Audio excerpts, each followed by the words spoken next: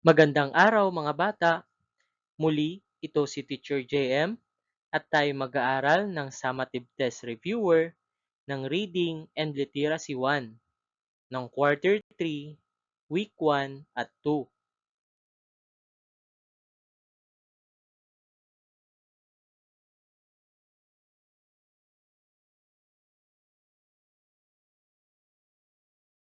Paunawa, ang lahat ng nilalaman ng video na ito ay drill lamang upang makatulong sa mga mag-aaral sa kanilang lingguhang pagsusulit. Maraming salamat po sa inyong pangunawa. Panuto. Piliin ang titik ng tamang sagot.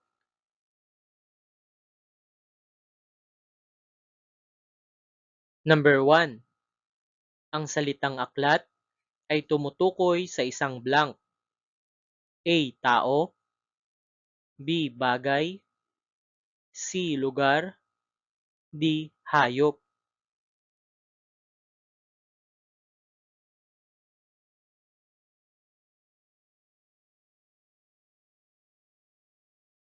Ang wastong sagot ay letrang B.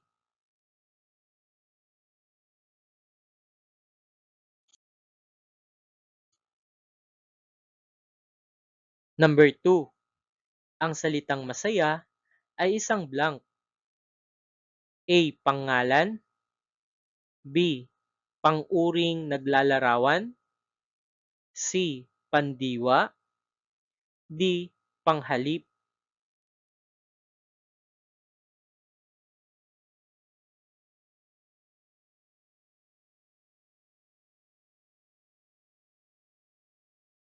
Ang wastong sagot ay letrang B.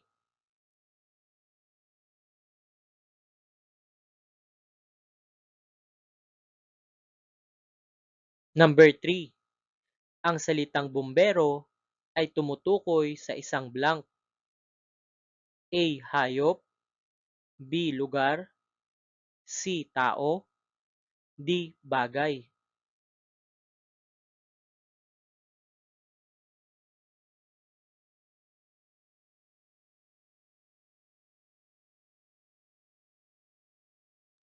Ang wastong sagot ay letrang C.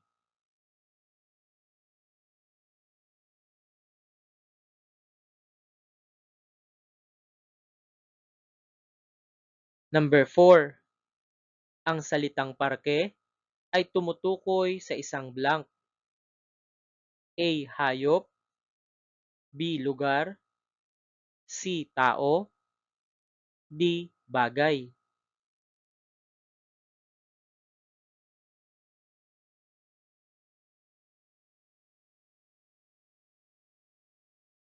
Ang wastong sagot ay letrang B.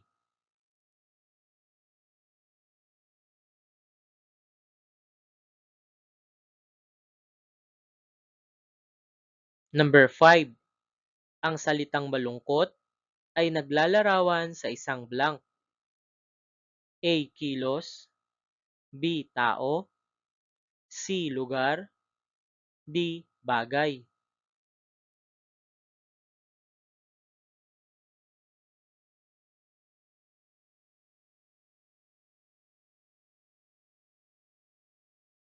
Ang wastong sagot ay letrang B.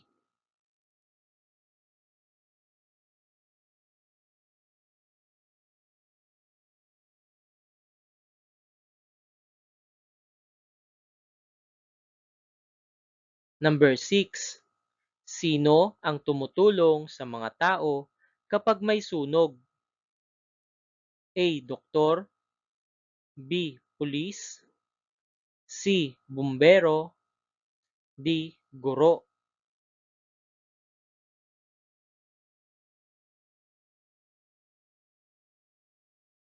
Ang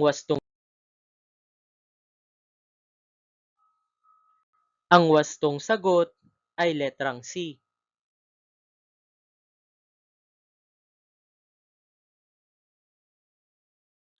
Seven.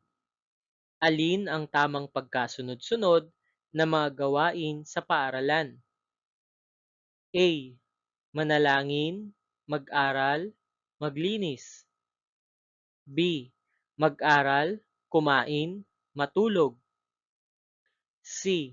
Kumain, mag-aral, maglaro. D. Maglaro, mag-aral, manalangin.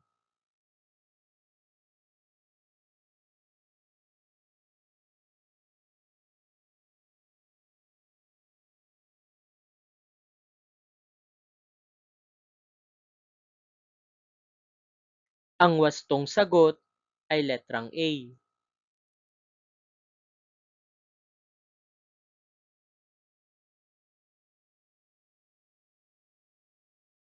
Number 8.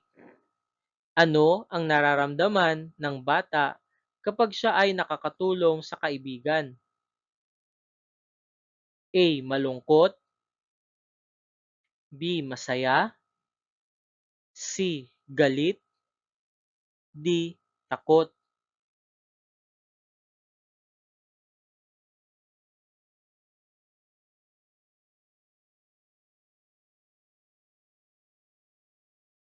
Ang wastong sagot ay letrang B.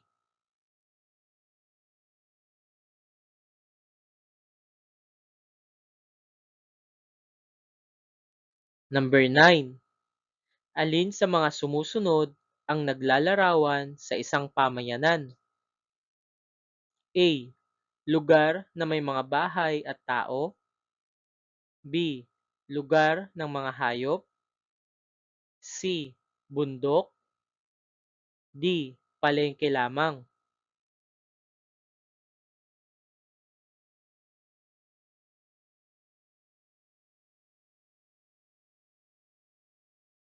Ang wastong sagot ay letrang A.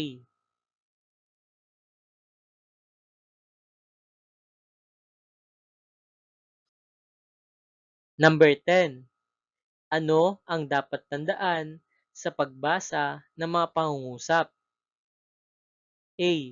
Magmadali sa pagbasa. B. Basahin ng may tamang tono at bilis. C. Laktawan ang mahirap na salita. D. Huwag tapusin ang pangungusap.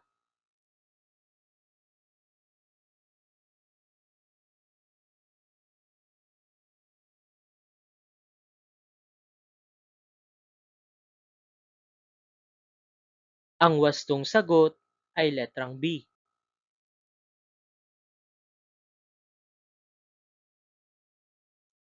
11. Ano ang unang tunog ng luya?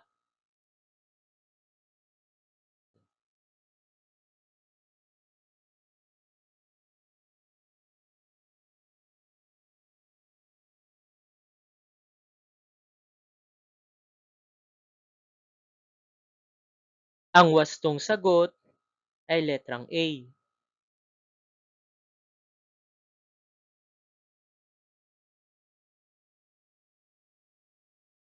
12.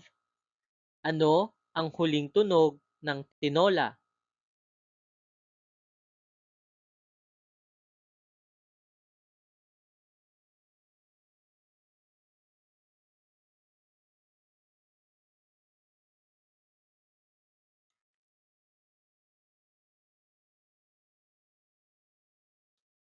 Ang wastong sagot ay letrang C.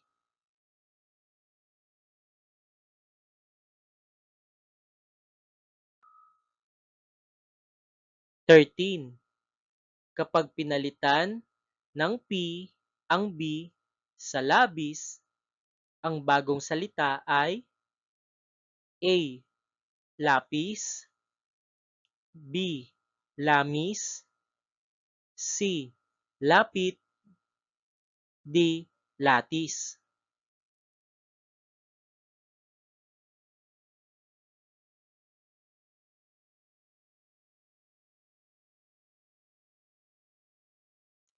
Ang wastong sagot ay letrang A.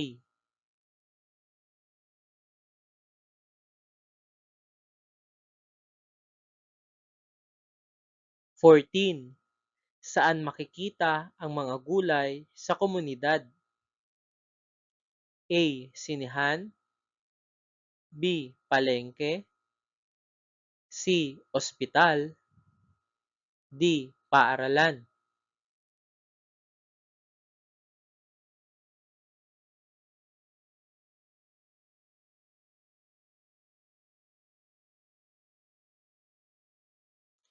Ang wastong sagot ay letrang B.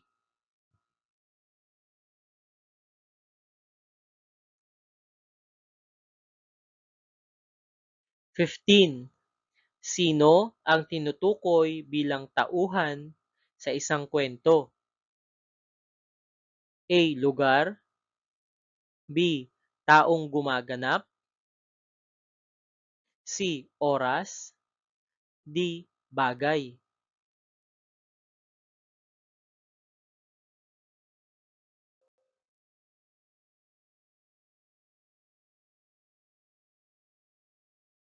Ang wastong sagot ay letrang B.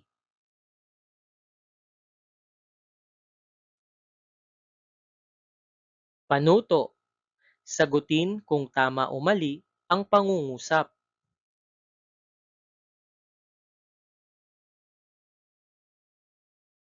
16.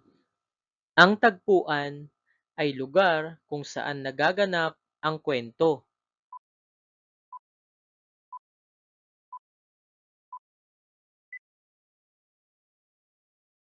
Ang wastong sagot ay tama.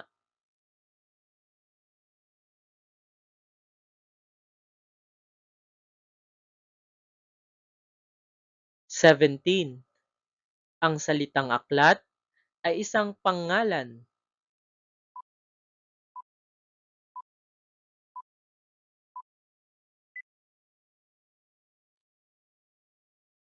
Ang wastong sagot ay tama.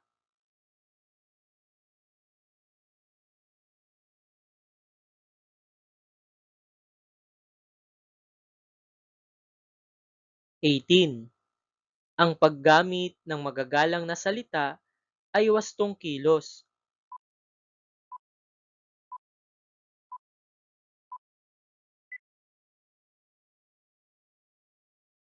Ang wastong sagot ay tama.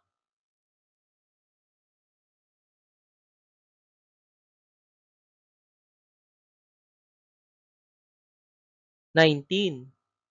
Ang salitang manok ay salitang naglalarawan.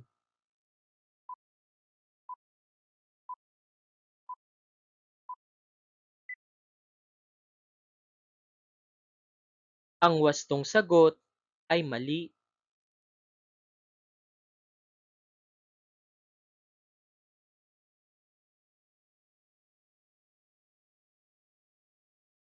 20. Ang maayos na pagkasunod-sunod ay tumutukoy sa tamang ayos ng mga pangyayari.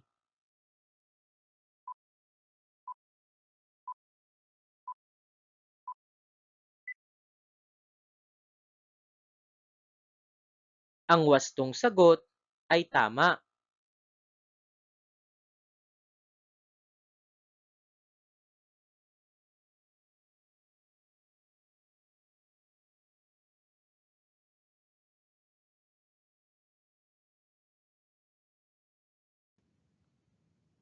Maraming salamat sa panonood.